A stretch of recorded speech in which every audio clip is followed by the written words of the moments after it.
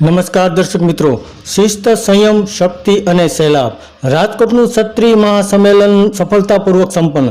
હવે કોની શું હશે રણનીતિ? ભારતીય જનતા પાર્ટીને ચૂંટણી લડવા માટે રૂપાલાને લડાવવા ક્ષત્રિય સમાજને તેમને હટાવવા મક્કમ રહ્યા છે।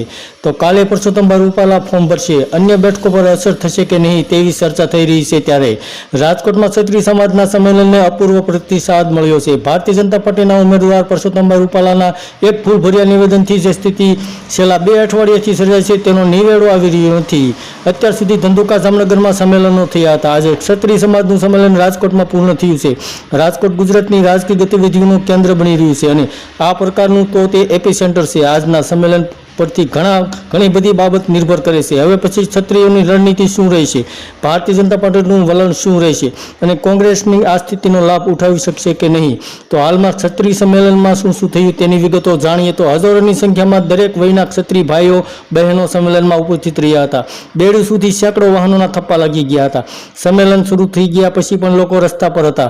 મોટી સંખ્યામાં ક્ષત્રિય બહેનો કેસરી સાડીમાં માથે ઓઢીને બેઠા હતા। મોડી સાંજ સુધી લોકોનો પ્રવાહ ચાલુ રહ્યો હતો। રાજકોટ ઉપરાંત ગોંડલ, જેતપુર, અંજાર, ઉત્તર ગુજરાત સહિતના વિસ્તારમાંથી લોકો આવ્યા હતા। તમામ વક્તાઓએ પોતાના વક્તવ્યોમાં એક રહેવાની, પોતે અખંડ ભારતના નિર્માણમાં યોગદાન આપ્યું હોવાની વાત કરી હતી। મોટાભાગના વક્તા રાજકીય નિવેદનો અને ટિપ્પણીથી દૂર રહ્યા હતા। ક્ષત્રિય મહાસંમેલનમાં ભાગ લે તે પૂર્વે સુખદેવસિંહ ગોગામેડીના પત્નીની બોર્ડર પરથી અટકાયત કરવામાં આવી હતી। 1300 બસ અને 46 કારમાં ક્ષત્રિયો રાજકોટ પહોંચ્યા હતા। તો મહારાષ્ટ્ર, મધ્યપ્રદેશ, રાજસ્થાન અને ઉત્તર પ્રદેશ સહિતના રાજ્યોમાંથી ક્ષત્રિયો રાજકોટમાં પહોંચ્યા હતા। તો રાજકોટમાં ક્ષત્રિય સમાજનું મહાસંમેલન મળ્યું હતું। ધન્યવાદ દર્શક મિત્રો।